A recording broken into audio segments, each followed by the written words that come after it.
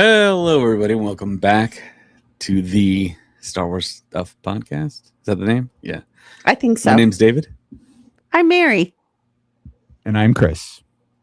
And we may have someone join us later. But of course, this is where we talk all things Star Wars. And before we get started, we want to thank our awesome top tier Patreon members out there.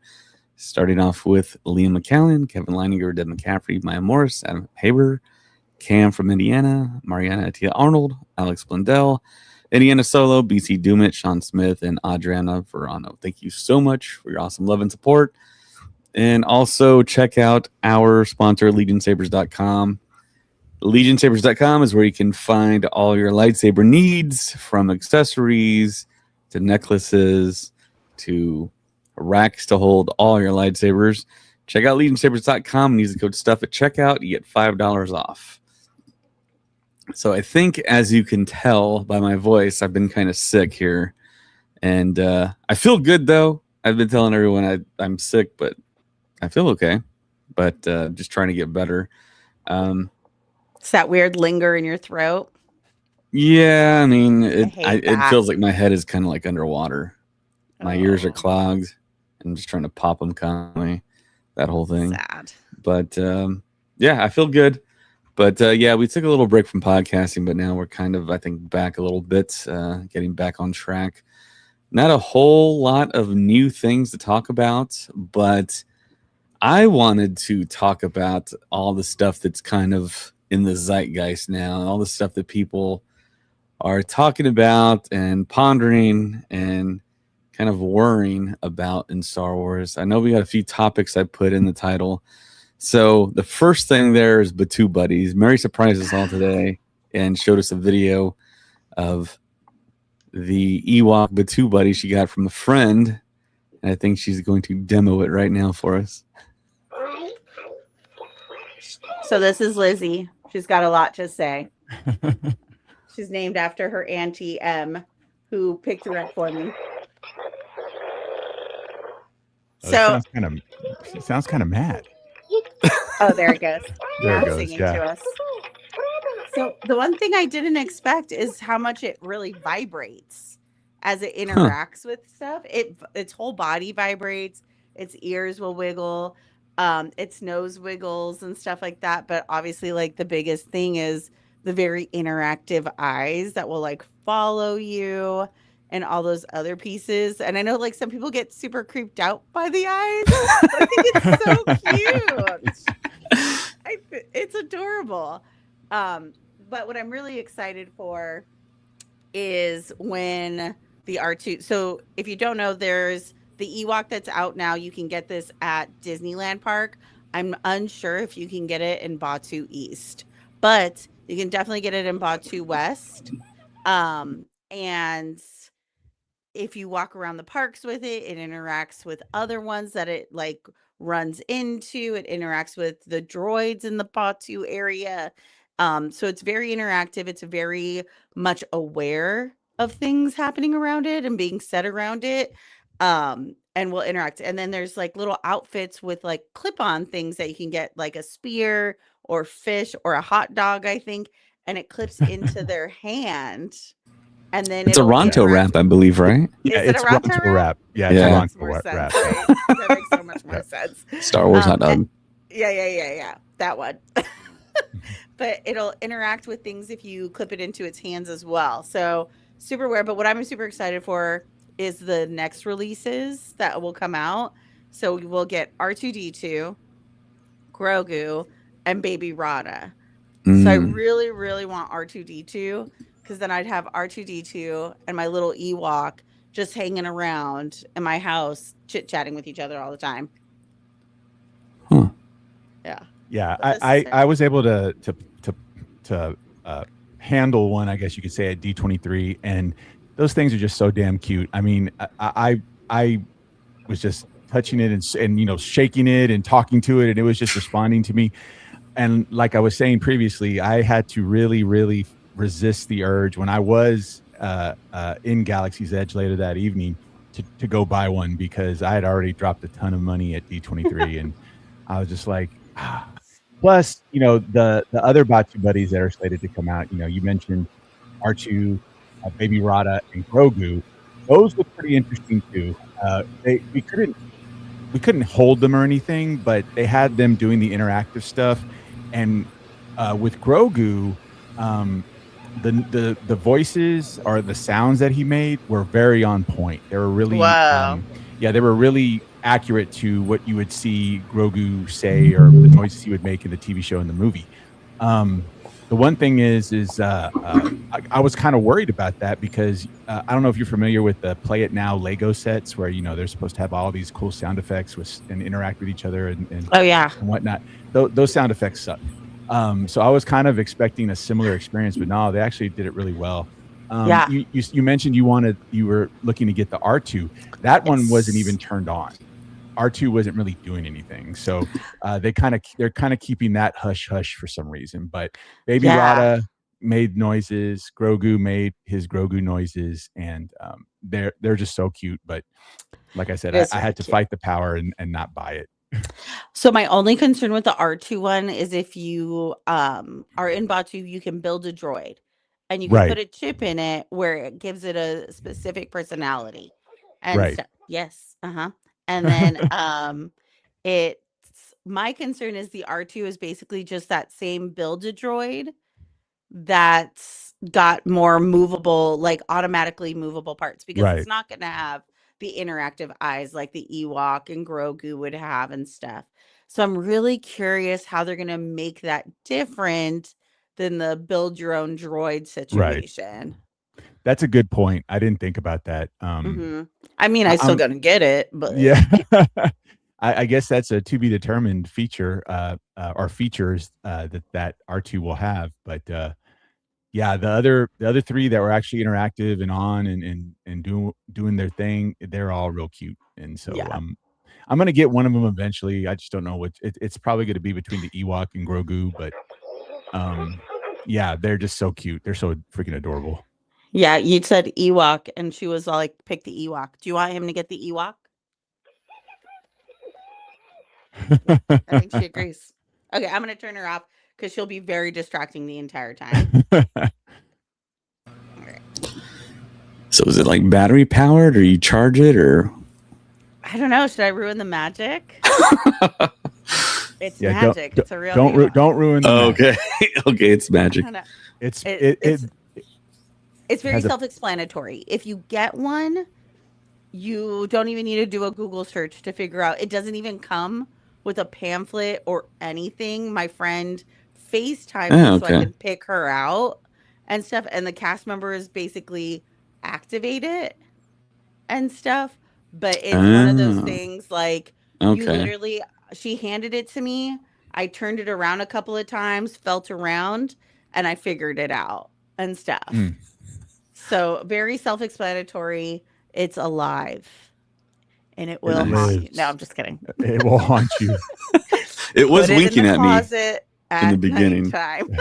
Don't feed it after midnight and don't let it get in water. Yeah, that's what I was thinking. Exactly. Don't dunk it in water. Don't feed it after midnight or else you ask you for trouble. Yeah. Yeah. Maybe think of a few things. I got some like 1980s Teddy Ruxpin vibes from it a little bit. Yeah. That's a fair analogy right there. Yeah. Also, like the whole like when you said it moved, it would like shake and vibrate. It reminded me kind of like a Tickle Me Elmo, because that was like a big deal back in the 90s, I think. It feels like they very much took that technology and like just updated it. Yeah. And you said it does interact with other BATUU buddies. Has yours interacted with any other buddies? So when my friend bought it and she was walking through the parks and we were FaceTiming each other and stuff, it was interacting with the park, not so much other ones. But she was saying the cast members were very much on top of like who was allowed in that room to pick one out. Like if people were just trying to walk through. So if you are going to go get one, it's in Batu West where the droid depot is. There's the room where you pick out your droid parts to build it.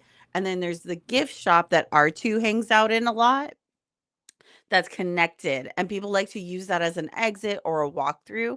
They were not allowing anybody to do that. They were only like people at the door were like, are you here to buy a BATUU buddy? Pick one out, adopt one, et cetera, et cetera. She's like, yes, but I need to FaceTime my friend because it's not for me, it's for her and stuff. So when we were even talking, cast members continuously came up. So they kind of wanted it to be like grab one and go, not so much hang out in there. So even when they activated it, there was no real opportunity for it to interact with another one. Because it feels like they very much have it on lockdown of like, take it and go, take it, buy it and go kind of thing. But it interacted with the parks even outside of Batu, which was interesting. She was saying, like, when she was walking through Fantasyland to get to the front of the park, it would vibrate and things like that. And then she never turned it off while she was driving home to like drop it off to me for me to pick it up. And she was like, it was even interacting like with the car movements and stuff. Really? Whoa. Wow. Yeah. Yeah, it's that sensitive. She was like, if I would like, if she was slowing down or stopping, it would start to talk. Interesting. Yeah. That's pretty sick that it does that. Yeah. Yeah. And it also makes me think of Teddy from AI, that Steven Spielberg film. Oh yeah. And that Or was a Ted. cool. Or Ted from Ted.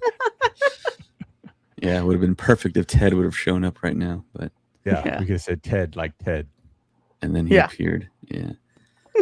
It looks like Appetite for Collectibles is watching us on YouTube. Hey, how's it going? I watch her stuff sometimes. She puts up a lot of reels and stuff. Cool. Updating us I on, think her favorite character is Ahsoka.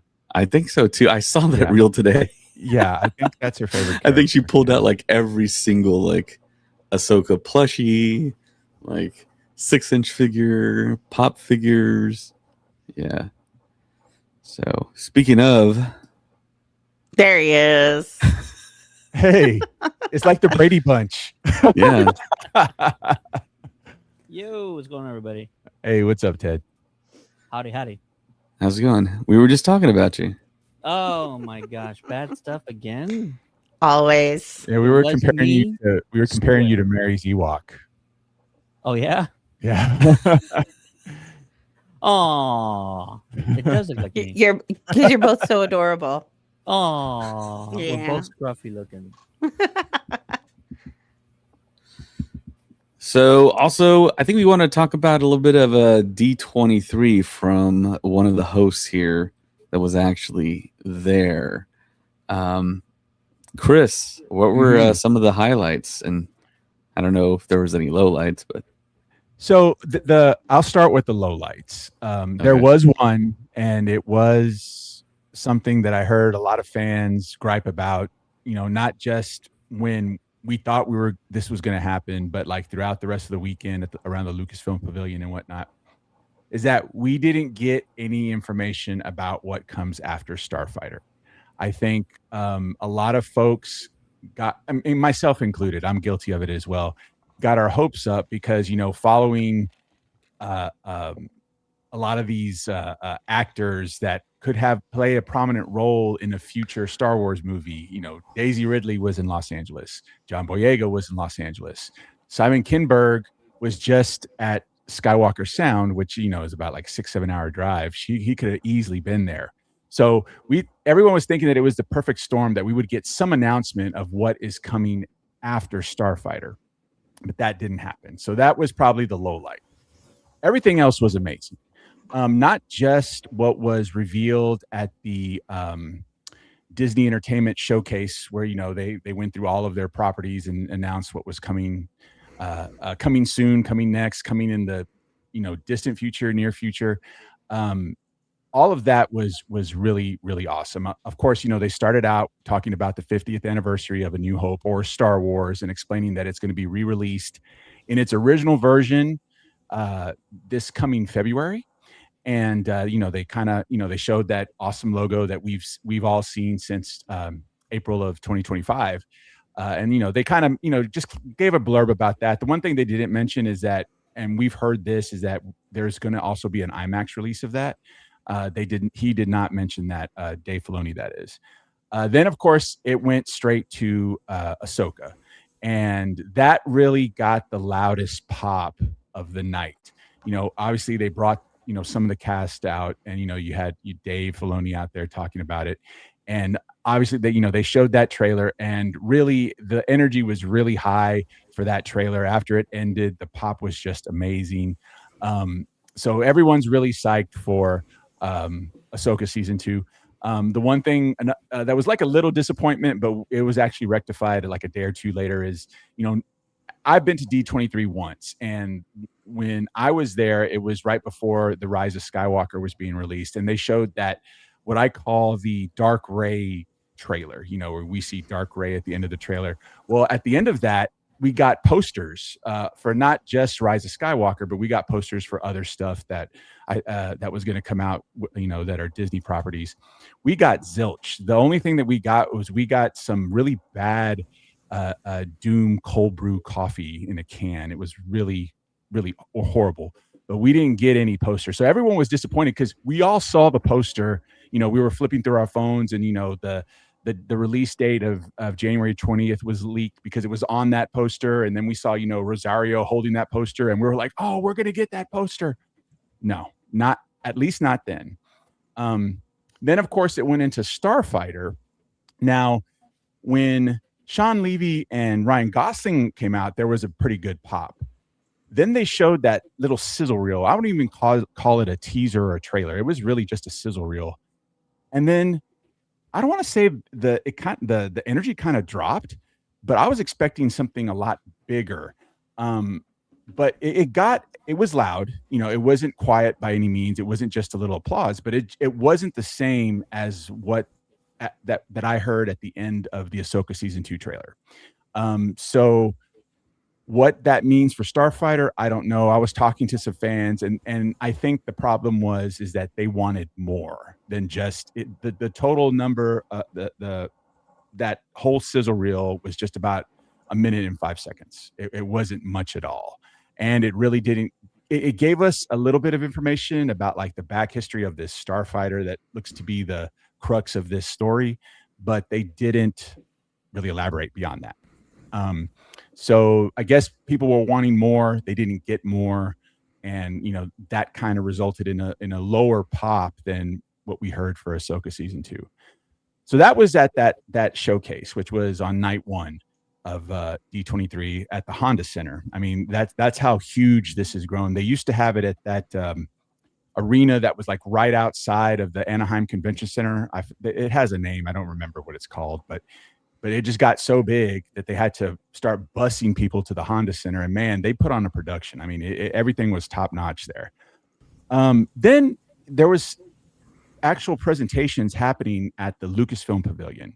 And a lot of those were very, very informative. And we actually got some breaking news out of some of those. So the first one that I was able to catch was talking Ahsoka season 1 with Iman Esfandi. And he was real cool. He came out and they talked about, how did he get cast and how do you feel about like, holding the lightsaber for the first time and then, being Ezra and all that stuff.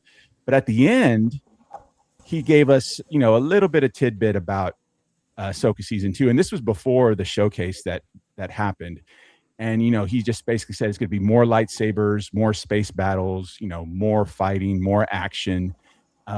He did mention that he mentioned this at SpaceCon as well, but he said it again there that he's going to be in every episode of season 2. So that kind of hyped up the crowd a lot. Not to mention he pointed me out in the crowd. He's like, "Hey, I remember you." So I thought that was cool for him to do that. Nice. Then we had a panel with it was co-hosted by Lucasfilm. It was Kristen, it was Matt Martin and Portia, and I'm sorry I don't remember Kristen's or Portia's last name, but essentially it's like Kristen is an editor for Lucasfilm. Matt Martin was on the story team at Lucasfilm. Now he does something else, but he's helping. Really, he's on the. I think he's doing something else. That's what I think. They haven't really mentioned the story group lately, right? So exactly. It's like, does it even exist? Exactly. Yeah. And then Portia is the archivist. She actually is responsible for archiving and cataloging all of the artifacts from the Star Wars movies from Force Awakens on. because everything before Force Awakens, guess who owns that? George. And he didn't leave any of it to Disney. He took it all with him. So she's responsible for managing the artifacts for, from Force Awakens on. Wow. And they were there with some representatives from the Franklin Institute, and they were talking about Star Wars: The Experience, which is that big museum exhibit that's going to debut next February. And what I thought was it was going to be similar to that exhibit that they had in the early 2000s, where they had props and costumes, and they had like little player where you can like listen to the audio of them describing the costume and when it was used and whatnot. But no, it's actually going to be interactive. They said about 80% of the exhibits are going to be interactive. So it's not like you just go and you look at something, oh, that's cool, and then you walk away and look at the next thing. There's going to be interaction there for you. Cool. So and then they talked about how they're going to have artifacts across all facets of Star Wars. They were talking not just the movies, not just the TV shows, but comic books, video games, merchandise, toys. They're going to have bits of all of that in that exhibit. And they're just talking about, how there's so much stuff that how can they fit it into, an exhibit that, because they want to be able to, first of all, show off all of the facets of Star Wars, in the types of media that, you can consume Star Wars with. But they wanted to have artifacts that span the entire 50-year history of the franchise. So it's kind of, they're working on getting that done. Plus the art for that exhibit is amazing. It's like a neon type of, like the way I can describe it is like neon in hyperspace with, outlines of the characters in neon. It was really cool. And then they actually had one of what they're going to have as one of the exhibits. They had an interactive presentation there where you can actually freeze yourself in carbonite, and you just make a pose or something, and the smoke would come out, and then you would see yourself frozen in carbonite. And then they didn't give us anything, but I'm sure you could get like a memento, like a picture or something to take with you. But they had that to show how they wanted that exhibit to be interactive. So that was real cool. Again, it's not really anything to do with what we're going to get in the future for movies, TV shows, etc. But that was still a cool presentation, and I know a lot of fans are hyped about that. We obviously have the Lucas Museum of Narrative Art opening up here in a couple of weeks, and then we're going to have that early next year. So a lot of Star Wars fans are going to be spending time in museums over the next 24 months. Oh yeah. And then there was another panel with Doug Chang where he was talking about the art of Mandalorian and Grogu, and essentially what he was saying was, when he designed the battle droids back before episode 1, that George wanted them to be like not too scary, but like kind of, obviously they're there, shoot stuff and whatnot, but they wanted to be a little clowny, not really scary. And then a lot of those droid designs were utilized in Mandalorian and Grogu for the droids that were guarding the huts, the droid Gatra. And he was like, the leashes were taken off, and I made the droids look mean and scary and stuff. And he showed some illustrations on like how B1 looked before, how he had to design it before because of what George wanted. And then now that he didn't have that limitation, how he actually modified it to make it look like he really wanted it to look back in 1999. I thought that was a real interesting presentation because, I really like Doug Chang. I think he's done an excellent job in illustrating it and building for Star Wars. And just to hear him say that, I really wanted him to be a little bit meaner, back in 1999. I thought that was pretty cool. And then showing us the progression of how he got to where we are today. So that was cool. That is really cool. I really enjoy him. Yeah, he's a good dude. I've talked to him a couple times. I've run into him at several celebrations, and I've talked to him a few times. He's really easy to talk to. He doesn't turn you away or anything like that. So he's a cool guy to talk to. Then the final presentation that I caught was one about season 1 of Maul Shadow Lord with the head writer of Maul Shadow Lord, Matt Minkovitz. And he just talked about like how he got into it. He actually started with video games. He wrote the story behind that video game that never got made, was Star Wars 1313. He was behind that. But then he just kind of moved. He started with Clone Wars. And then from there, he just kind of progressed. And then he became the head writer of Maul Shadow Lord. And what was really cool is that, he was talking about, his progression. And of course, questions about season 2 came out. And before he even could breathe about that, out pops out Dave Filoni. And he just kind of comes out and says hi and, says, hey, he's great. And I'm just here to make sure you don't say anything you're not supposed to, stuff like that. So it was cool to see him. But the bit of news that came out of that was literally breaking news was that season 2 of Maul Shadow Lord will happen next year in 2027. They didn't give a date of any kind. They just said it will happen next year. So that really, perked up the ears of the Star Wars fans. So then there was one that I wasn't able to catch. Boy, I was beat by the end of that third day. I was dead. But then they had some of the puppeteers that puppeteered the Anzellans in Mandalorian and Grogu, and they were showing on stage the techniques of how they were, handling these Anzellans. And apparently it's kind of like, the Muppets. Everyone was below the floor and just, with sticks and stuff, moving them as they needed to be moved. And then of course, they were all the metal sticks were removed in post-production, but they were making them talk and everything. They all had buttons and triggers. I just kind of caught it in passing. I was tired and hungry, and I was like, yeah, I can't stay here. I'm going to fall out. So all in all, I think from a what we know is coming perspective when it comes to Star Wars, it was a good weekend. Again, the only lowlights where, we got nothing past Starfighter, like the future of Star Wars after that. And then again, the pop after the Starfighter sizzle reel was loud, but it wasn't as loud as it was for the Ahsoka season 2 trailer.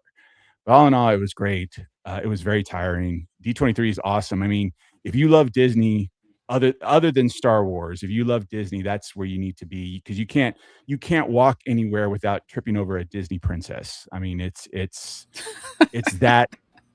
It's that Disney. I mean, there were some amazing Disney cosplays. My favorite one is there was a woman that was dressed as the Muppet Show. Whoa! I saw her. I saw the picture of her. Yeah, she was dressed as the Muppet Show, and she had, what is it, Waldorf and what's the other guy's name on her back. It was pretty sweet. So all in all, it was a fun con. I've been wanting to go back since 2019. That was the last time I went. And so I was very grateful to have this opportunity, and I'm definitely going to go back in 28. It was really fun. Oh, one last thing. Shout out to my guy, Elliot, who fulfilled his dream of doing the pre-show at one of the big panels at the Honda Center. He did the pre-show before the experiences panel, which is the parks panel where they announce what's coming to the Disney parks. He was just, when he told us, he told us that was happening at RSC, at Rebel Scum Con, and he was giddy then, and he just that whole weekend he was just so giddy and happy, and man, he went out there and he knocked it out the park. So kudos to DJ Elliott for doing a great job and fulfilling one of his goals, one of his dreams of being able to do a pre-show for a big D23 presentation. I met him in Japan. He was one of the DJs in one of the rooms. I can't remember which one, if it was always the same one or it was a different one, but he was one who did the Ahsoka panel in Japan. He was super nice. Good on him. He's a good dude. He's good people. And I've known him for years. And so, yeah, he's good people. Yeah, that's awesome. When we were starting the podcast, I cold called him because I remembered going to Celebration, and I was like, who's that guy with all that really cool remix Star Wars music? I just called him. He answered the phone, and I'm like, can I use your music? Use at Celebration? He's like, yeah, sure. It's not mine. I was like, that was an easy yes. Yeah, we'll use it. And I'm like, thanks for answering the phone. He's like, yeah, no problem. Bye. Right. Yeah. Yeah, he's easy to talk to. I mean, if you go talk to him, he'll talk to you. If you call him, he'll answer the phone. You And he's text also him. from Texas. Yes, he's from Austin. He's from Yeah. Austin. Yep. He actually he went to high school in Round Rock, and he actually got his theology degree at Concordia University, which is here in Austin. Very cool. Oh, wow. Wow, that's a lot of information you gave us there, Chris. That's a great recap. I got so much to talk about. I mean, this is so like Monday morning quarterback type stuff, and kind of listening to other people talk about and think about what we did get and what we didn't get. But I want to give you a shout out, Chris, because I didn't even think of this. I hate myself for not thinking about this. And you mentioned to me, you talked about how they are going to release the 1977 version of Star Wars in theaters. But then you were like, I hope we get the physical media copy of it. And I'm like, oh my gosh, I didn't even think of that. I will have that thing on repeat because that is the first version of Star Wars that I ever experienced. And I want to see everything that I saw when I was a little kid. I haven't seen that in so long. Saw it on VHS really, really bad. And then, of course, our VHS players died, so you can't even watch it. But yeah, I want to see like the Vaseline smudged on the wheels of the land speeder when it rolls into Mos Eisley. And yeah, I mean, there's a lot of like stuff in there that I think a lot of people are going to notice now after watching the special editions. And also the Ewoks' eyes, they blink now and they didn't before. Right. And I remember listening to a lot of people talk about, oh, you can see the zippers on their bags. And I never saw any zippers, but of course it was VHS back then. Yeah. I don't think that's a truism, but I don't pay attention to that. It's an Ewok. I don't care if it has a zipper. I don't care if it has a zipper on its back. It's an Ewok. Too funny. It's like, the hilts don't shoot a laser sword out of it. You got to suspend belief if you watch movies like that. If you can't do that, you probably wouldn't enjoy any type of sci-fi, fantasy, superhero type movie. Yeah, and you also brought up the fact that we didn't get anything past Starfighter. Right. And that's what I've been hearing a lot of talk, a lot of chatter on the internet about the fact that they did not announce something like an episode 10 or the next thing they're doing. But I mean, you got to think, I mean, we're so close to Celebration. If they're going to do that, it's going to be then. Exactly. And you mentioned Simon Kinberg. He was in the area. He's always in the area. I'm pretty sure he lives there. But he's been assigned to do a trilogy. And now I think everyone's talking about, well, it's probably going to be episode 10, 11, 12. But we just don't have any details on it. That's just kind of, I don't know, hopeful speculation. But then again, I mean, they said the Skywalker trilogy is over. So if that's over, they're just going to start a new episodic trilogy without Skywalkers. New saga. But then you have the variable of Starfighter. I mean, it feels like the franchise kind of hinges on the success of that movie. If it does great, they'll probably do sequels. They'll probably do spinoffs. If it does nothing, I mean, where do they go from there? Unless they already have the episodes planned. What do you think, Ted? Daisy's movie is still in development, though, too, right? I think they pretty much shelved everything. Everything that they announced. They said a little bit of news about Taika Waititi. He's working on his project, but it kind of came to pass that we all learned that when they did that investor call thing back in the beginning of the decade, it was just kind of a thing for shareholders to find out, to kind of like calm them and like steady the ship in a way. And like the whole Kevin Feige film, I mean, I don't think that's happening. I mean, I think he's way too busy doing Marvel stuff, even though he did say on the stage at Hall H that he loves Star Wars more than Marvel. So there's always hope for him doing something there. But I think we're in a very odd time in entertainment, and you and I talked about this, and I've been telling people this after we got back from San Diego. San Diego Comic-Con, the audience and the crowd and the size of the people that were attending was back to kind of like pre-COVID numbers, but Right. the studios were definitely reserved and penny pitching when it came to the amount of outdoor activations that were around the convention center. We saw probably a 50 to 60% reduction in outdoor activations because studios are hurting. Everything's more expensive. Making films and projects and TV shows is more expensive. They're not, nearly sending as many people around the country to do marketing and things. Projects are getting canceled left and right. In the reasons we're given is because studios are trying to cut back on costs and things like that. So we're in a very strange time in entertainment, and I think studios like Disney and Lucasfilm are just trying to make sure that they're not taking as many risks as possible right now. But I do feel that Starfighter is going to be a success. It's a great creative team behind it. I've spoken at great lengths about the writer behind the movie, and so I feel like it's going to be a huge hit for everyone involved.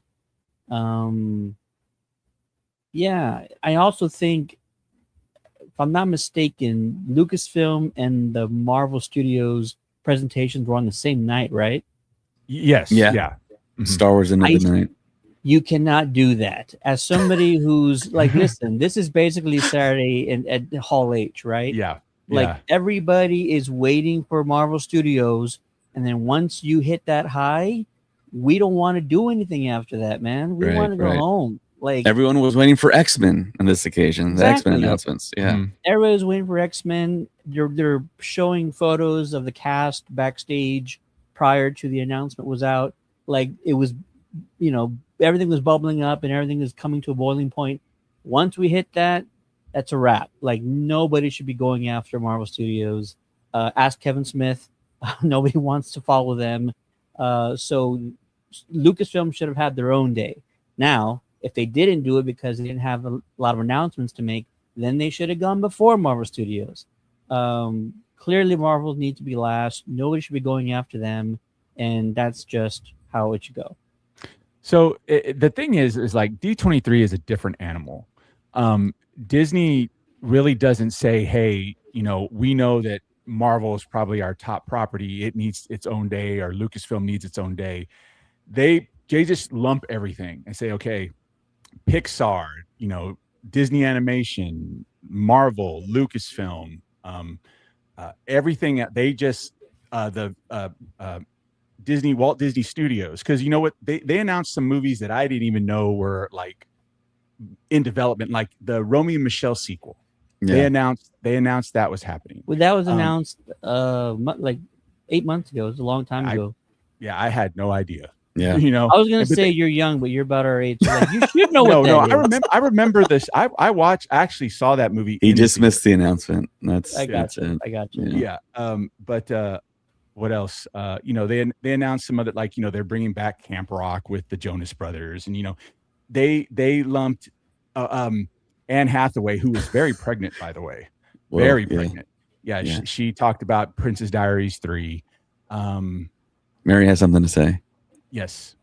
Camp Rock was already on Disney Plus when they announced it. They announced it and then it launched right on Disney Plus. Wow. I was just like, what was the point of wasting time at D23 with that?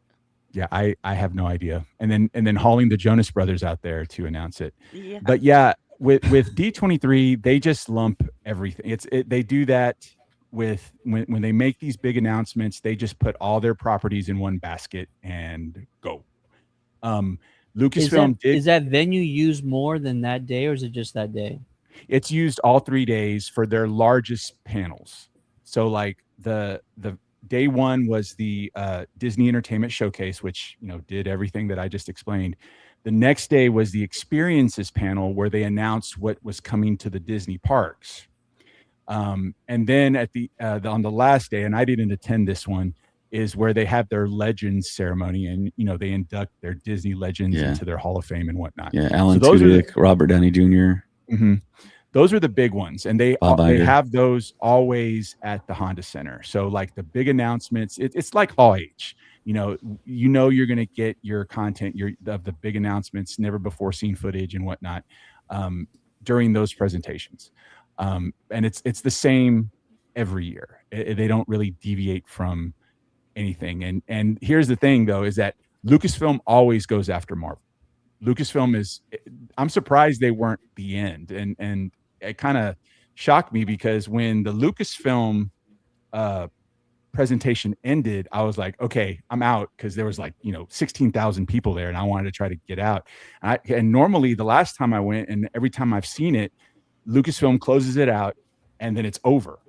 But no, they didn't. They started talking about other Walt Disney Animation projects.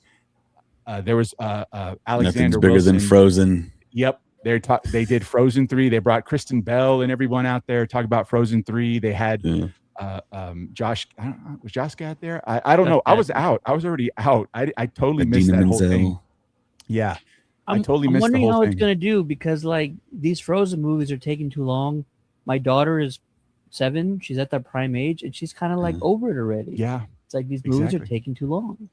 Yeah, I know. I was talking to a friend of mine who they have like a 8 or 9-year-old daughter, and they're like, yeah, she was all about Elsa and she was all about Frozen, and now she could care less. So it has to resonate with even younger kids now, so they can bring them in for it. So we'll see. Kind of an Mando Grogu situation, it seems like. Could be.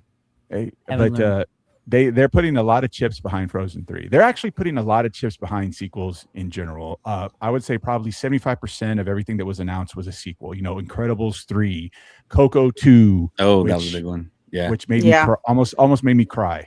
And actually, the loudest pop of the night, for the whole night, was when they announced that Coco was going to be a world in Kingdom Hearts 4.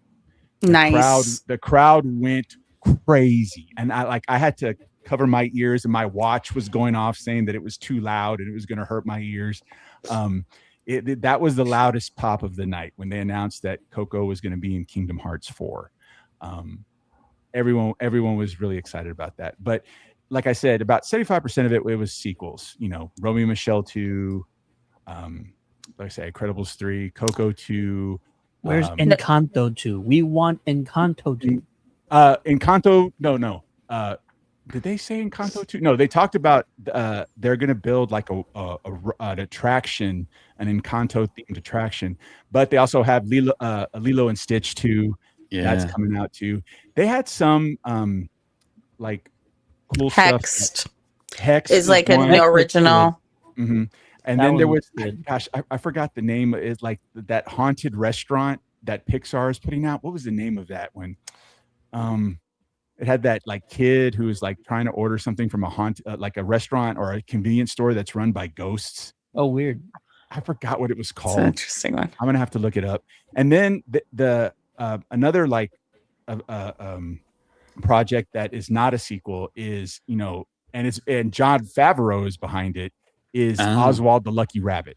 Yeah. And the reason why that got a big pop is because the animation is going to be 2D hand drawn.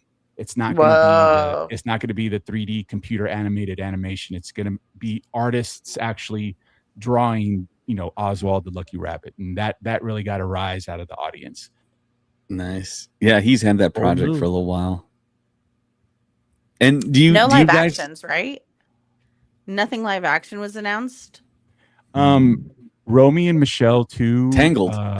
Why do I know this? Tangled live action. Yep. We knew that one's been coming, but what I'm curious is, have they finally figured out we don't need all these animated movies redone in live action? Like Lilo and Stitch did great, but after that, like Moana did not do well. Mm-hmm. Snow White did not do well. That just cost too much money. Yeah, it does. But so it's like, have they finally figured it out? It's gotta make sense. Like Lion King in live action doesn't make sense because we're not even using real lions. Right. And it's still considered animation. It's still it's still animated. We're still using computer graphics. And the things that make the Lion King, the animated project, so enticing and so moving is like the facial expressions, and it's really hard to convey the same facial expressions when you're 3D animating like a lion to Mhm. look natural. Doesn't come across the same. The Yeah. name of that Pixar movie is called Ghost Market, and that Mm. looks interesting. Yeah. And Ted, you brought up Lion. They actually are.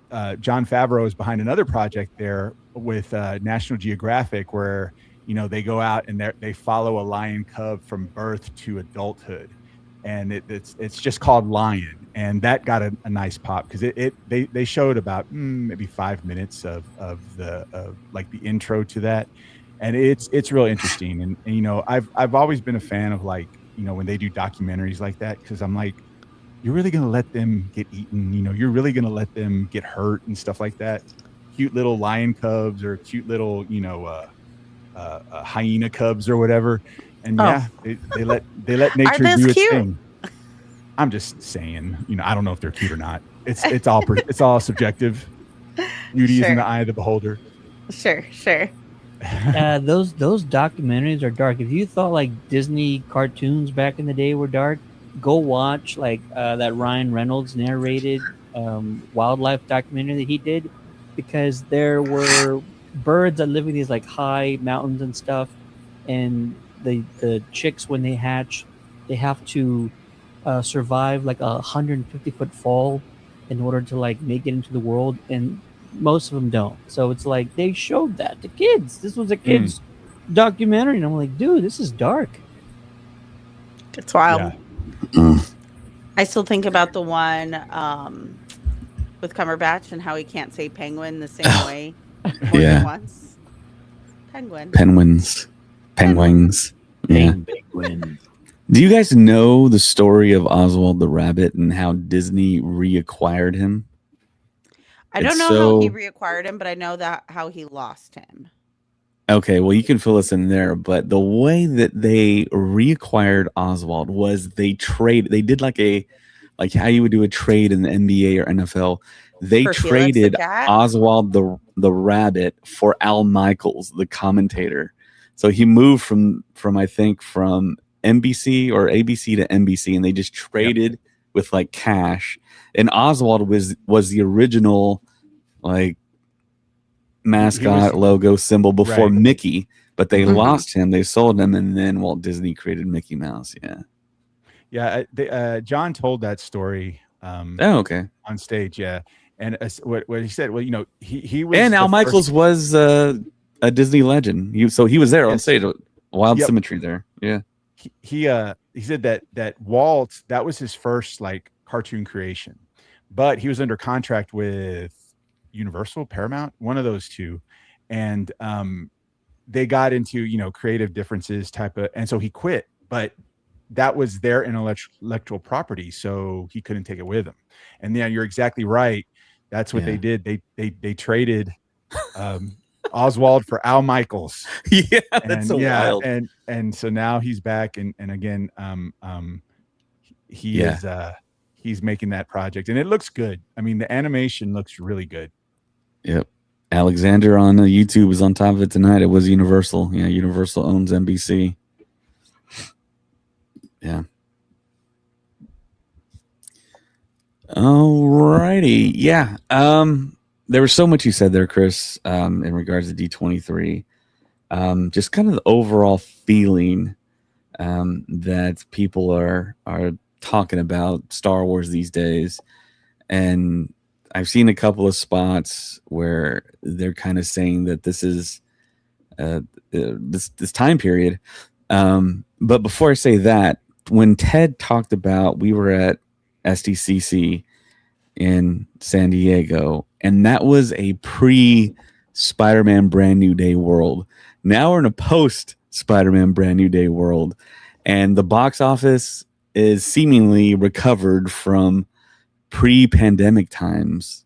Apparently, this is one of the best years ever, and they're on track to the studios do perform as well as they ever have. So I want to know what that means for the industry, what that means for Star Wars and Marvel going forward. And I have my opinion on it, and I think that a lot of people kind of go against the opinion I have. And I know somebody on our podcast that's not present tonight. I don't know if we could talk about him or not, but We can't. We don't talk He- about Bruno. yeah, good. so yeah, the guy that I'm talking about is James. James is not in favor of what Marvel is doing.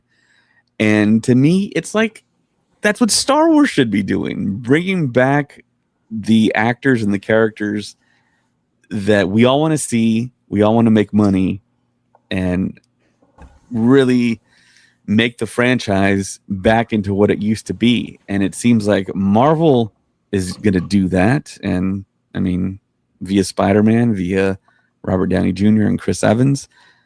And it's the question I've been asking for so long. And it's such a interesting and kind of puzzling for me situation why Star Wars doesn't go back and use Hayden Christensen as Darth Vader, use Ewan McGregor. He's practically begging in the media on red carpets to come back as Obi-Wan Kenobi. It's like there's a lot of people writing stuff, there's a lot of people trying to get stuff done, but it's just not being greenlit.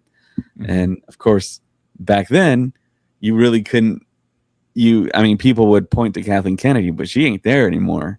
Now it's Dave Filoni and Lin-Manuel Brennan, and it's the top brass at Disney approving, disapproving stuff.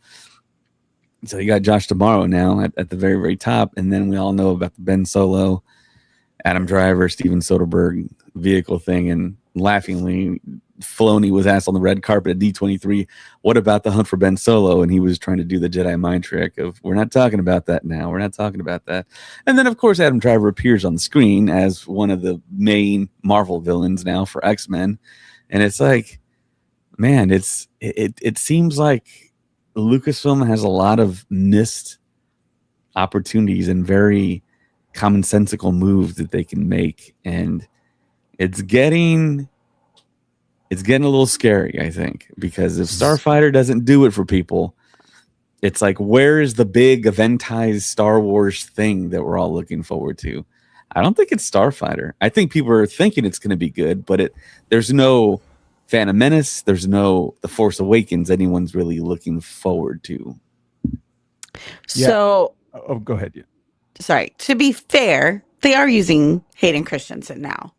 I think like the contracts and the negotiations and things like that is what ends up really holding things up, because we know he was in negotiation for a long time with Disney and Lucasfilm to come back and how to come back and all those other pieces. But it seems like he's going to be in quite a bit of Ahsoka season 2. And on the interviews and red carpets, he was saying like it's exciting for him to play Anakin during the Clone Wars because he hasn't gotten to play that version of Anakin yet. Right. And I love that point, because they're having their cake and eating it too, because Filoni already said, we're not doing the Clone Wars because we already did that, but they're doing the Clone Wars in Ahsoka. Yes. So maybe he's kind of like getting that aspect, and like, yes, we got to give, like I always say, give the people what they want. We want Anakin. We want the Clone Wars action. Ariana Greenblatt did a great job as young Ahsoka. Give us that stuff and flashbacks. It's perfect. I have a theory about Adam Driver in Marvel. So like Kevin Feige just had an interview where he stated every year me and Adam get on a meeting. It's like our annual get together, and I'm trying to convince him to do something on Marvel. And I've offered him so many different roles, and they were like, "Oh, does he think about it?" And he's like, "No, he's pretty upfront. He knows what he wants to do, what he doesn't want to do, and stuff like that." I think that he finally said yes because Jon Favreau bridged the gap for him between Feige and Filoni and stuff. I think he really wants to do the hunt for Ben Solo. And so Favreau's telling Filoni, offer him that, and then he will do something on Marvel. Someone then went to Adam, was like, hey, if you do this Marvel character, then they'll greenlight the hunt for Ben Solo. And that would explain Filoni's kind of like, oh, we're not going to talk about that right now, blah, blah, blah. And why Adam got announced finally and finally said yes to a Marvel project. That's So my conspiracy theory. that is a very valid theory, because we know that actors will do projects just so that they can do Yes. other projects, right? But we got to keep in mind that it wasn't Lucasfilm that said no to The Hunt for Ben Solo. It was Bob Iger and the Disney execs that said no. Yeah. We don't want you to make this movie because it doesn't make sense to us. We can't see how Ben Solo is still alive. Yeah, that's fair. So and the thing is, now, you know, that those people are essentially gone. It's Josh D'Amaro's show. The only thing I think that will happen, because I don't think Filoni and Brennan are going to pitch that to D'Amaro again. The only thing this is the only lifeline that project has, in my opinion, is if Josh D'Amaro says, "Hey, let's pull this out and look at it again." If who is it? It was Adam Driver and Steven Soderbergh. Yes. If they are willing to do this, let's try to make it then.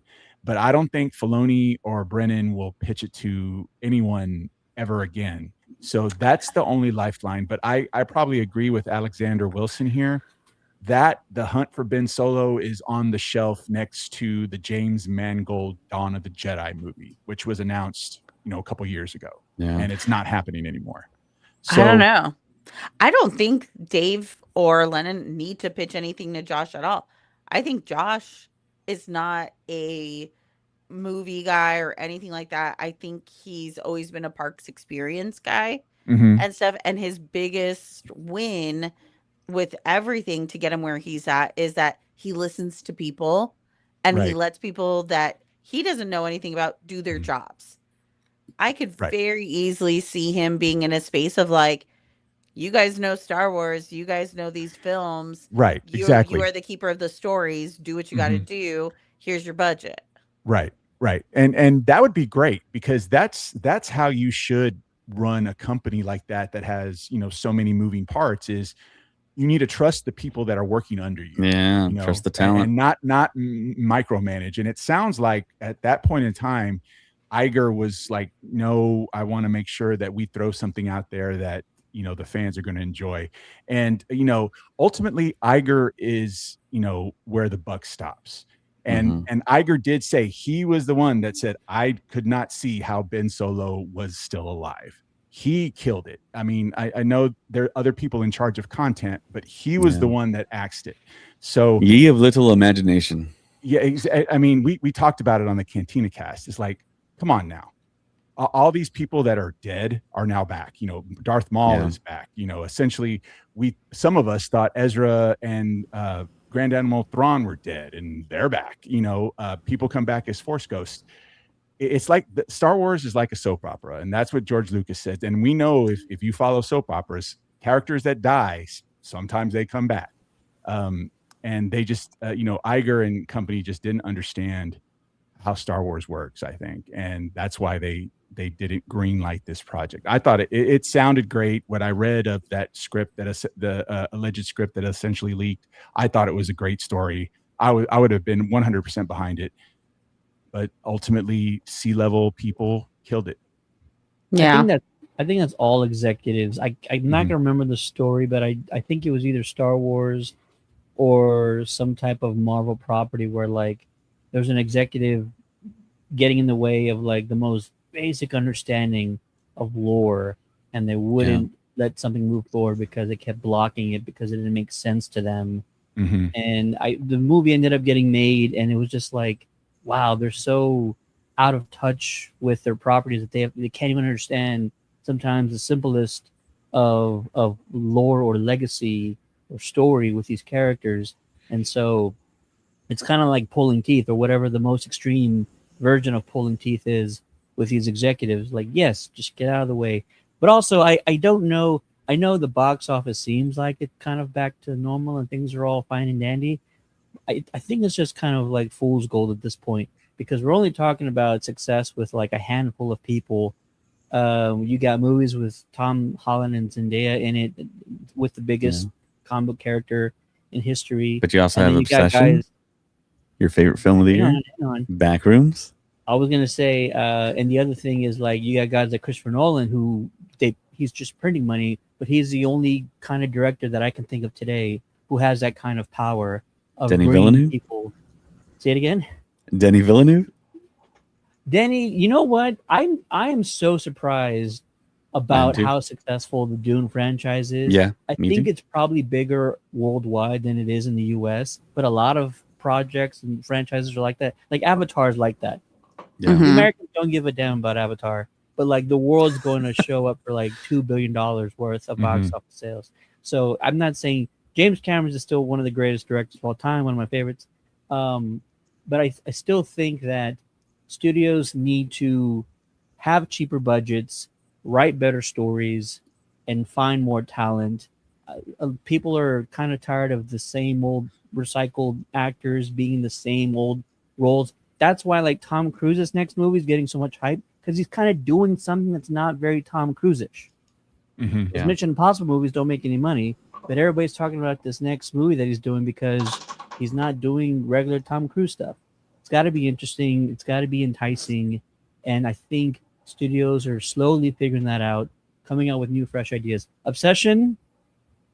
My box is right here. My wish. One right Wish there. Willow. The One Wish Willow is right there. It's so. Take it out, Ted. Let's break it on the No. podcast. Don't do Make that. a wish. Make a I'm wish. afraid to Make do a that. wish. Make a wish for Star Wars to come back. No, sir. Leave that in its box. Mm-mm.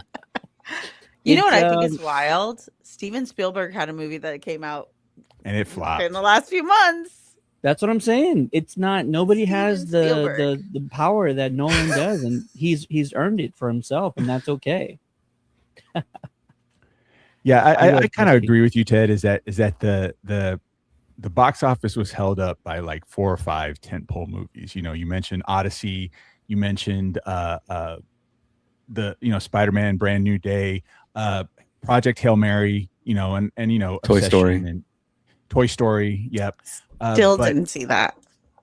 I haven't seen it either. Yeah, I Right here. did give my money to Coyote versus Acme, which was great. I loved it. It was amazing. Yeah. I won't. This is a Star Wars show, so I won't get too into Looney Tunes. But, yeah, I think because we had these like unusual blockbusters happen, that kind of has elevated it. Let's see what happens through the Christmas movie season into like early spring, because you'll have some like blockbusters come out during that time as well, especially around spring break. And let's see what happens. Let's see if it can be sustained. If it's sustained, then maybe I would say, okay, we're kind of back to pre-COVID levels. Here's the thing: is that what I know in talking to people is that they're still frustrated with theaters. It's too expensive to see a movie. Concessions are too high. There was a big I don't even want to call it a cult. I would say a fan base around the Alamo Drafthouse. I was one of them. And then, they shifted to this new ordering system that has upset everybody. And they're kind of alienating themselves from the Drafthouse, but they really don't want to go anywhere else because they're kind of used to that Drafthouse experience. Yeah. So people are still frustrated with going to a movie theater. I think it's going to have to be to get it back to where it's back and it's consistently back. It's going to have to be a combination of good content, good movies, good writing, good stories, and the theaters kind of cleaning their act up and making things maybe a little bit better for the moviegoer, a little bit more affordable. I don't know if that's going to happen, especially since we heard like the all major theater chains, their chains are supporting the Warner Brothers Paramount merger now, where before they were speaking against it. And so that's just also raising frustration with movie theaters. So again, it's kind of like a two-pronged thing, in my opinion. Ted, Yeah. do you take your little girl to the movies? A lot. How much on average do you pay for for your family to go to the theater? I think tickets in my city, which I'm in Texas, which is supposed to be a cheaper kind of environment. Tickets are probably averaging about $18 to $20 right now per person. Wild. And then we're still talking $15, $17 popcorn buckets. Dude, $8, It's on the $10 cheap side there. drinks. that's cheap. That is so cheap compared to here. I believe you. Yeah. Mm-hmm. So we will only, like, me and my husband are blessed enough to like have weekday off, like Friday mornings off.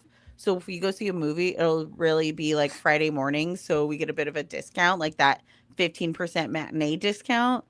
And we're paying about $24 a person still and Wow. stuff. But we are indulgent people, so we also are like, we want to help the theaters, so we're gonna buy concessions, we're gonna do all that stuff. Sure. We'll get the hot dogs, popcorn, popcorn buckets. I got the Spider-Man popcorn bucket where it's the Spider-Man head. That thing was $50 for just that bucket. Yeah, that's Yeah. how much they are here. I mean, Yeah. I took my son to go see Coyote versus Acme, and it was $85 for the 2 tickets, a large popcorn that we shared, and like 2 medium drinks. It was crazy. Yeah, Yeah, No. we'll pay around the same. It's becoming a luxury, like how theme parks used to be. Like, oh, we're going to go to the theme park today and make it a thing. And so, like, oh, you're willing to drop a couple $100 to go to a theme park if it's going to be kind of this big experience for everybody. Movies are turning into that. Theater experiences are turning into that. Like, oh, we're going to, drop $150 pretty easy.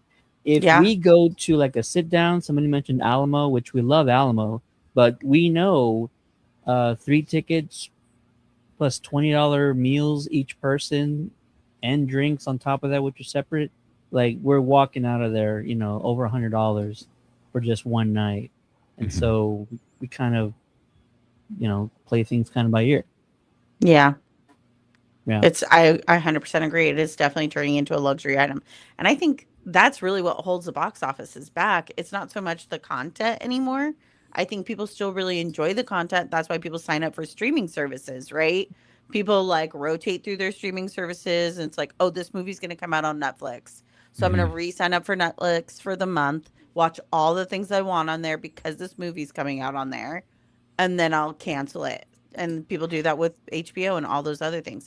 So I don't think it's the content. I just think it's the actual theater's cost. And like you said, like the difference between a theme park and a movie theater is like 2 hours and a meal or an all day experience and stuff, Yeah. So it's the theater system needs to change. They need to figure something out to make it still an every day, every weekend experience for families. Yeah, I agree 100%. I think that's a big disconnect, especially after COVID, where people realize that, hey, I could still be entertained if I just watch it at home.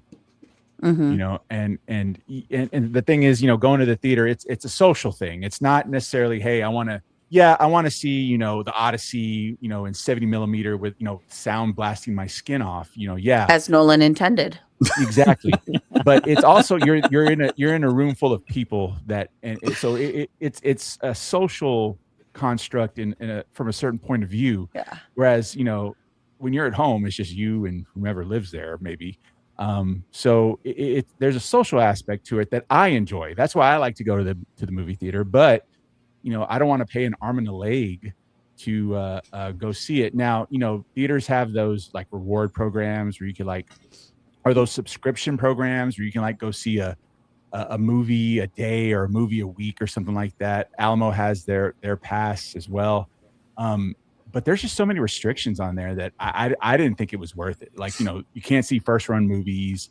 You can't see specialty screenings. Like if they're in a 4DX or IMAX, it doesn't count. It has to be a standard screening. So there are a lot of limitations with that. I think if they were going down the right path of making something that could probably be enticing to people to get them back in the theater, but then they just put so many restrictions on it. It's like, when you buy like say like a Magic Key Pass at Disneyland, but you get like the lowest tier and like everything is blacked out. Correct. Yeah. It's similar to that, but that's the only tier, and then all the weekends are blacked out and stuff like that. You can't use it. So at that point I was like, yeah, it's really unusable. Back in 2017, when me and my husband first started dating, we got Movie Pass. I don't know if this was like a nationwide thing, but it was here in California. Okay, cool. So we got Movie Pass as Christmas presents one year from like his parents. So every Tuesday we would go see a movie. And that was like our weekly date night thing as we were like Mhm. saving money to buy a house and do all these things and stuff like that. And it was so great. And then all of a sudden Movie Pass went bankrupt and no longer existed. And I think Yeah. they recently came back, but again, it's like only very specific areas, Mhm. like all these limitations and stuff. But I remember it was like once a week we were seeing a movie. And I think that's when we saw like Infinity Wars was through Wow. Movie Pass. If I'm thinking like timing wise, right? Yeah. Yeah, Alexander on YouTube wants to get our thoughts on the fact that Gen Z are going to movies higher than any demo this year. I mean, the Obsession film has a lot to do with it. Then, of course, Spider-Man and the fact that like Yeah. Nolan, everyone's going to go see a Nolan movie whenever it happens. Um, but I I think they also mean, have the funds, the liquid funds to do it. You know, Yeah, a lot. I looked it up. Gen Z and millennials are very close. Gen Z only leads millennials by 5%, but those are the two biggest demographics. Is 87% of Gen Zers and then 82% of millennials. And I think it also makes sense. And I've been talking about this kind of on my channel. Gen Zers are making movies, and the yeah, way that Gen Zers are making movies is yeah, sort of aimed at the culture and lifestyle of Gen Zers today. And you can tell when you watch specifically something like Obsession, how they capture the lifestyle and of Gen Zers and how they talk and how they act and how they think. Mhm. If you put Obsession up against a movie like Scream, listen to the Yeah. dialogue, watch how they act, watch the differences between the two. And Gen Z, because of the world they're growing up in and how chaotic it is and how much they are having to deal with certain things that have happened before them, their culture is a lot more sophisticated growing up than it was for like us. We had a lot less mhm. to worry about, speaking specifically of like millennials. And so I'm really enjoying the content that's coming out that's being made by Gen Zers, and it is capturing the style and the dynamic and the culture of Gen Zers. I think it's fascinating. And there's a few horror movies I've seen in the last few months that have like they're casting Gen Zers and they're really kind of tapping into their society and their generation. And I think it's great. And I think as long as they keep making solid movies and they're original and the writing is still high quality, that you're going to keep that group keep going to the movies as much as they already are.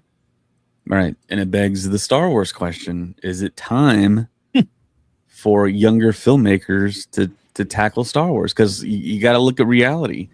You got to look at when Star Wars came out in 1977. It was made by George Lucas. He was a young guy. I believe he was in his 20s, right? Very young guy, very young, no name actors. Mark Hamill, Carrie Fisher, Harrison Ford, no names. Nobody knew who they were. Then you fast forward to The Phantom Menace, the prequel trilogy. That was made for a younger demographic. I mean, there's no doubt. I mean, you have Jar Jar, you have this new trilogy geared to a younger audience, and now you come out with the sequels. Disney comes out with them, and they're trying to go back to the original trilogy, but still, it's still younger people. But they didn't have Luke, Leia, and Han in there as much as the older crowd that loved the original trilogy wanted. So you're kind of halfway doing what you were aiming at the get go to do. So it's kind of like a mixed bag there. So now I think the question is, after Starfighter, where does Star Wars go? Is it the episodic trilogy, or is it something totally different? Which is in the Star Wars spirit, doing something totally different, you know? So I hope it's up to different. Lucasfilm. I hope we're done with the Skywalkers. We've spent decades and decades and decades with them. Like, we're done. I want something new. As a Star Wars fan in the middle of the road of all of it, I would love a new story. I'd love something much. I would love a Gen Zer to make something with Star Wars and stuff. was very excited for Starfighter, and then I heard the premise, adoptive father figure, saving the kid, all that stuff. It's like, come on, let's move past this same story and stuff. I think even us millennials and stuff are at that space too, just like the Gen Zers of like, we need something more original. We need something that kind of speaks to the tone of the world now. Right. Well, And I think the let me- question Go is ahead, is David. Disney capable of allowing that to happen with one of their marquee franchises they own? I Will don't they think take so. that risk? And I think the answer is what you just said, Mary. I don't No. think that they would take that type of risk. I mean, Josh Tomorrow, he looks like a younger guy, but I mean, the people above him, the shareholders, are they going to be okay with letting a 20-year-old kid take the keys for Star Wars? He's not younger, he's just handsome. But I think the sequels gives us that answer, right? Like the sequels feel like they were, like you were saying to your credits, like they were trying to make everybody happy, and doing so they made no one Right. happy. Right. That's the old And adage stuff. there. Yeah. Yeah. And stuff. So I don't think they can. I think they try to play it too safe all the time. And like we were talking about earlier, almost everything they announced at D23 were sequels and stuff. Yeah. They're playing safe with everything. Absolutely. And then it's like the stuff that was new, that was a new idea, a new premise, that is where they're kind of throwing, like, I don't want to say unknown uh filmmakers, behind those projects, but definitely not the heavy hitters that you have that are coming with the movies that were sequels. On the Star Wars take, now let me come from the Gen X perspective, because that's me. So as far as, I mean, I kind of agree that we need new stories, we need a new premise, we need new ideas. I think I do subscribe to George Lucas's initial thought behind Star Wars, where he's like, it's a poem, it repeats itself, it keeps going. I think that is the underlying core of Star Wars. Now, do you have to follow that every single project? Absolutely not.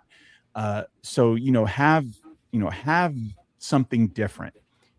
The one thing that I will disagree with Mary on is about no Skywalkers, and this is the issue that I had when Rise of Skywalker came out. It says it on your hat, Chris.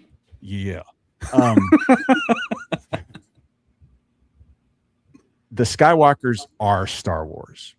That story is Star Wars. Everything else is just adjacent. So Mandalorian and Grogu, Andor, Rogue One, that's all gravy. Star Wars is the Skywalkers. You can deviate a little, you can do different things, but ultimately the core of Star Wars is the Skywalkers. The core of Star Wars is the Jedi versus Sith, or Force wielding, whatever. That's my opinion. So when I heard that, hey, Daisy Ridley's coming back, they had her on stage, I think it was at Celebration London, talking about that whole project and whatnot. Mm-hmm. And Mary, I know how you feel, and I respect your opinion. I respect you. She is a Skywalker. Oh, she is. Is Solo a Solo? So she's well, a if she's Skywalker. a Skywalker, then I'm a Lucas. You can be whatever you want. And if you're a Solo and a Skywalker, you can come back from the dead. You can come back from the dead.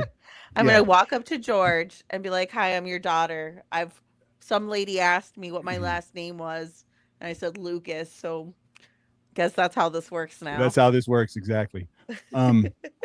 So I think that if here's the thing is that's the core of the story. Now, it doesn't have to be the same thing every time. It doesn't have to be. And I'm not saying you kill everything else that's adjacent. Like you don't stop making things like Andor. You don't stop making things like Rogue One, Mandalorian, Skeleton Crew. You don't stop that. Those are like supportive projects to Star Wars, which to bolster again, Star Wars to me, give some more flavor. It's the Skywalkers. So, and again, I will say this from a Gen X perspective, someone who grew up, who actually saw like the original trilogy movies in the theater the first time they came out, with the exception of A New Hope, because I was just like half a year old at that point. I think that if they go down that route and they bring Rey back, which we all think is going to happen, and they formulate a trilogy, they don't necessarily have to make it 10, 11, and 12, but it's a trilogy around Jedi, around a Skywalker, however you feel about her. I think our generation, my generation, who's still alive, there's still a lot of us alive, and we all have money now. I think that will bring it back. I think that would bring Star Wars. That will give you the Phantom Menace experience. That will give you the Force Awakens experience if they do that. Everything else is just adjacent. So when we talk about Starfighter, we talk about it. It's set 5 to 6 years after the events of Rise of Skywalker. What I see this movie is going to do, especially since there's rumors that there is a Jedi, or there are Jedi present in this movie.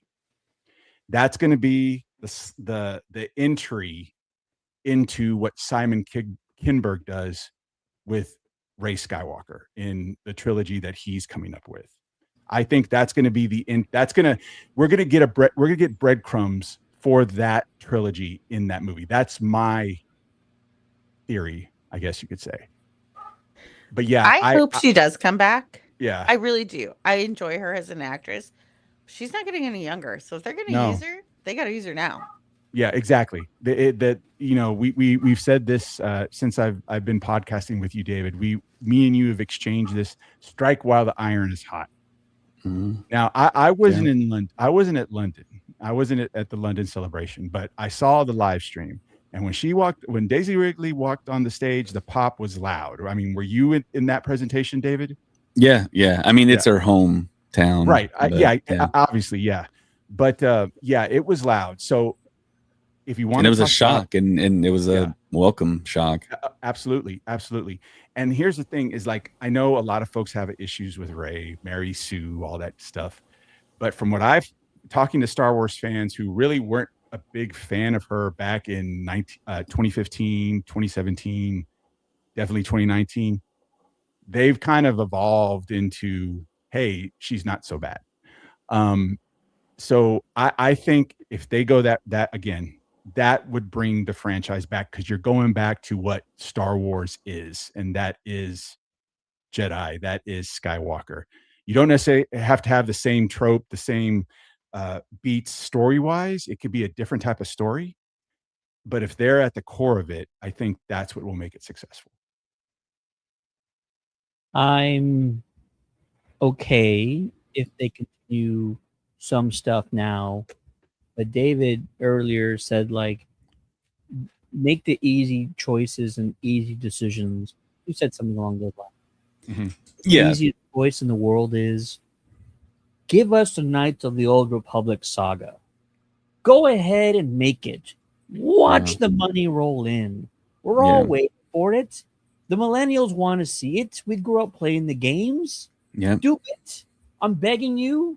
I know you guys were writing something back before COVID, and then COVID hit, and so maybe you guys shelved it. Let's dust off that script and let's develop it some more and go get some new hotshot up and coming actor to take the reins and print all the money in the world. Knights of the Old Republic. We want it, and we've been waiting for it for 20 something years now. When did those games come out? Yeah, 20 years ago, more than 20 years ago. 2003. Right there. Yeah, it's all there, ready for the taking. You don't have to change a whole lot. We knew what the story is when you made the prequels, and it's fine. We still went and showed up. So go ahead, make it already. We want a Knights of the Old Republic project. I'll take a series on Disney Plus if that's what it comes Yeah. down to. But I'd rather see it on the big screen. Right. Show me Revan. Give us what we want. Yeah. That's Keanu all Reeves, I ask. Revan. Yeah. Well, I don't want to rain on anyone's parade, Yeah. but I'm about to as well. I would be down for that 100%. Right. I would be down Yeah. for that 100%. Because, you know, the characters are interesting. Now, I wasn't a big player of the game. Okay. So I'm coming at it from like I don't know the ins and outs of that timeline like a lot of Star Wars fans do. And That's good. here's the thing. Well, hold on. The ones that aren't pleased, and there will be fans that are not. They say they make that project.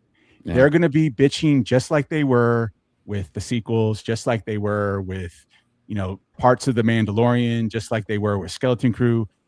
Do they want to do that? Do they want to pull something that is already beloved, that's already had a media release, even though it was a video game, adapt it into a TV show or a movie, and then have people not like it because it wasn't exactly what they wanted? I think people will separate it.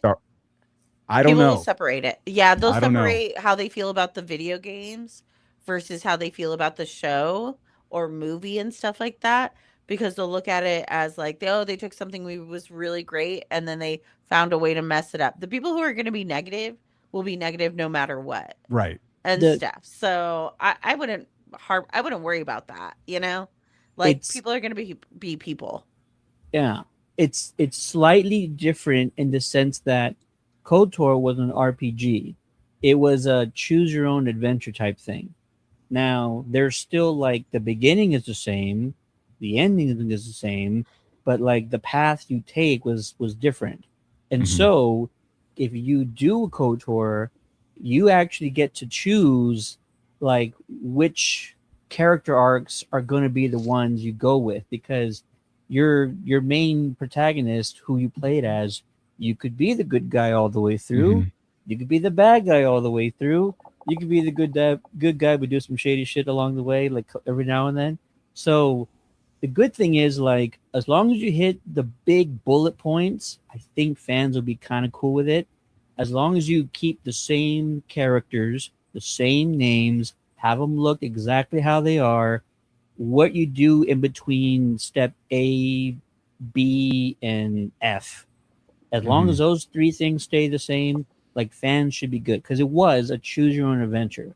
So luckily you have that going for you. I can't say like, oh, that's not how I would have played the game, because it's a stupid argument. So luckily, those are the things that might be working in their benefit, is that, like, as long as the beginning and the ending are correct, everything in between is kind of like whatever you decide. So, you know, they have pulled like characters from Legends and stuff and thrown them into canon, but it's never been exactly the same as the character that was in the book. And that has upset a lot of people. I mean, I think that's just a minority, though. I mean, it's not going to affect the box office. Yeah, but the thing is, you know, the example that I'm drawing from here is Thrawn, right? Everyone was super excited because Thrawn was finally going to be in live action. We had him. Now, he showed up in Rebels, right? And people were complaining about how he looked at Rebels, right? But it was Rebels and it was animated, so they gave it a pass. Yeah. He shows up and people are still mad on how he looks, how he acts. And see, Ahsoka season 1 was successful, but it wasn't a smash. Yeah. You know, and we're getting to season 2, and I think we have to get a season 2 because there was just so much story that was left. You know, I do think that Lucasfilm is gun shy with stuff like that, especially if there's a lot of heat behind it. You know, to give you a prime example, David, and we've talked about this before. After we both agree that the best time that what would have been the best time to have a Mandalorian and Grogu movie was after season 2. That would have made $1 billion.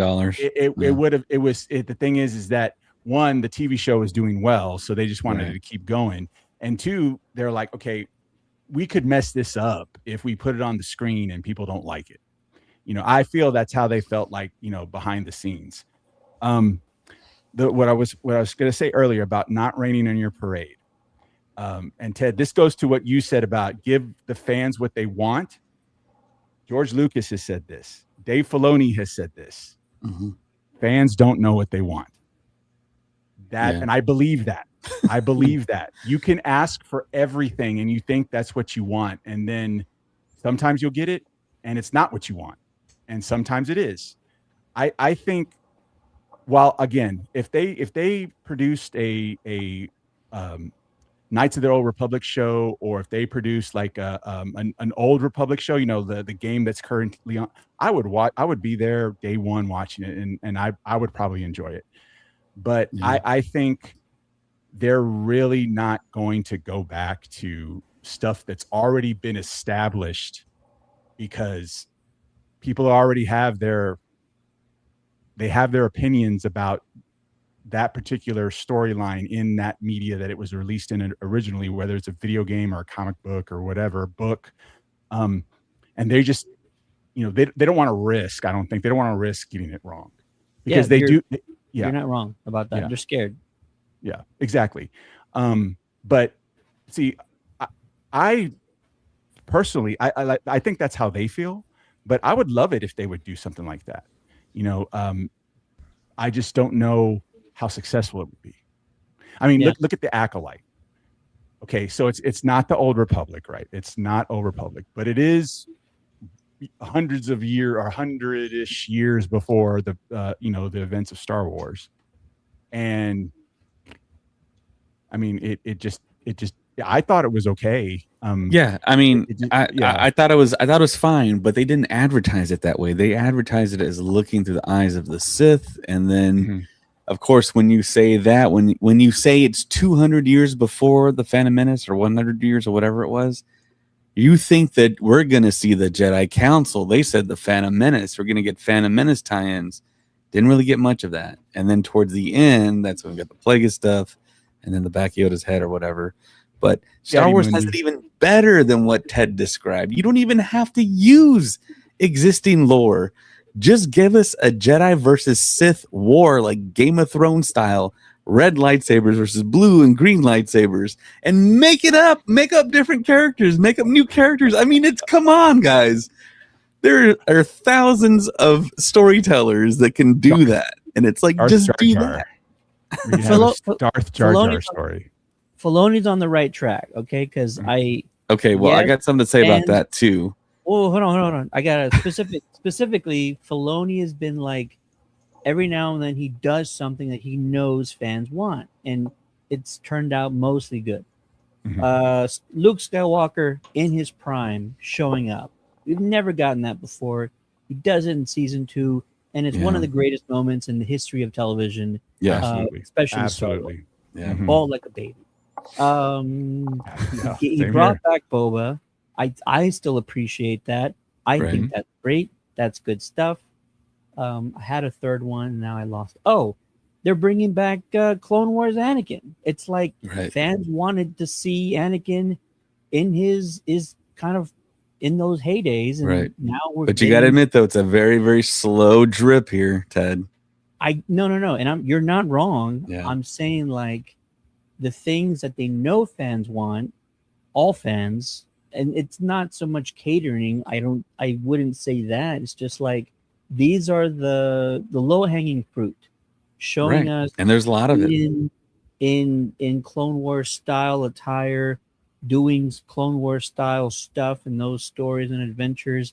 Like, it's low-hanging fruit, and I'm not saying like do that all the time, but clearly they know sometimes like, hey, everybody would love it if we did this, or if we showed Boba Fett was still alive and he's crawling out of the Sarlacc pit, or we show Luke Skywalker in his prime, show him as badass as we possibly can.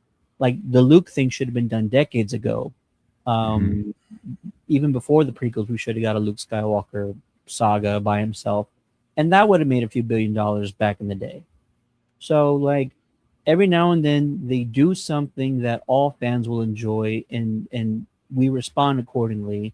If you do a KOTOR thing, I think majority of the fans will get on board, and the other rest of them will be like, well, that's intriguing. You know, the Jedi at their height and their glory and their power. These new Sith from another galaxy showing up out of nowhere, wreaking havoc. That would be dope as hell. And major battles, like David said, that's a thing that also happens later down the KOTOR line. So like, it would open up a lot. So yeah, every now and then they do the thing where like, okay, we'll do things that all fans want, and I think that's all good stuff. More stuff like that. Yeah, my rain on your parade there, like Chris had, was I know a guy that knows a guy that heard from another guy that Filoni wants nothing to do with KOTOR and Knights of the Old Republic whatsoever. He doesn't want to do anything with it. In the wise words of Justin Bieber, never say never.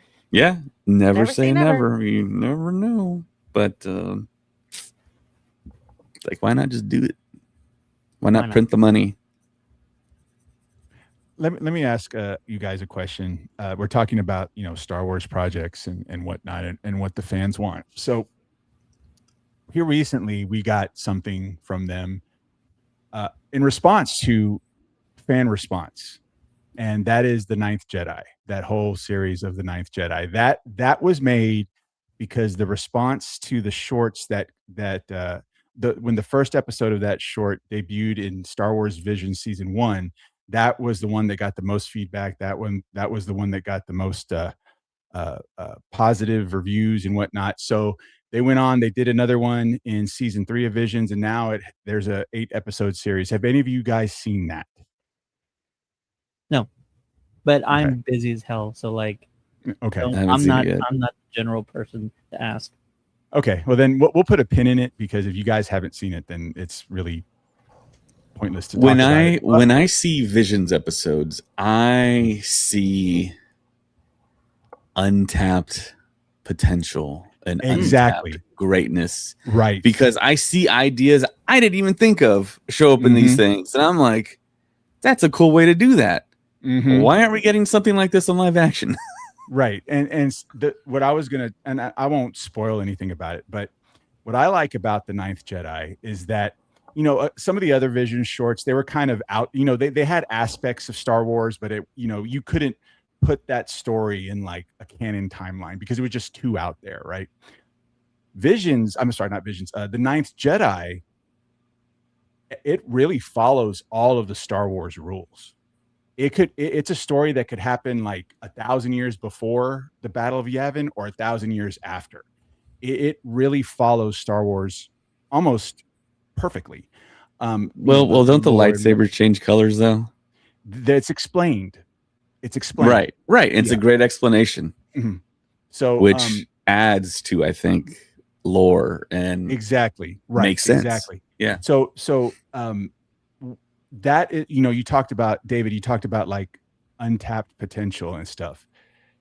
If they were able to adapt just an outline of that story that encompassed the Ninth Jedi, it would have been a great Star Wars movie. It would have been an amazing Star Wars movie. Yeah.